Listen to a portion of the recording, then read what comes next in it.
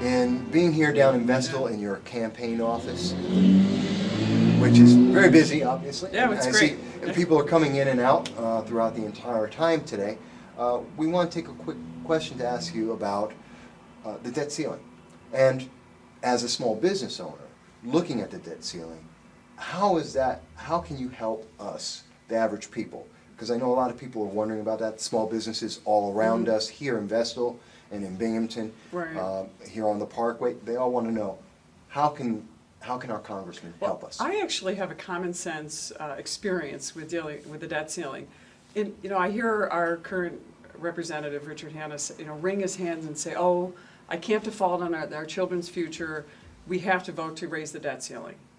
The debt ceiling is actually a natural, it's there because we shouldn't be going over it. We should be cutting spending.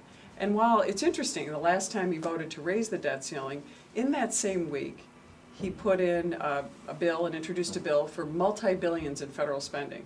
And the discipline of not spending is hard. You have to say no. And I'll tell you a little example. When I ran our family business, we had a debt ceiling because there was only so much the bank was going to give us. And we were maxed out on our lines of credit.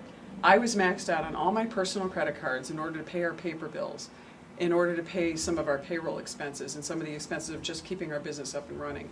And so I had to actually live within a debt ceiling, and we knew what we had to cut back. We had to maximize our ability to continue forward with our business without going over that debt ceiling.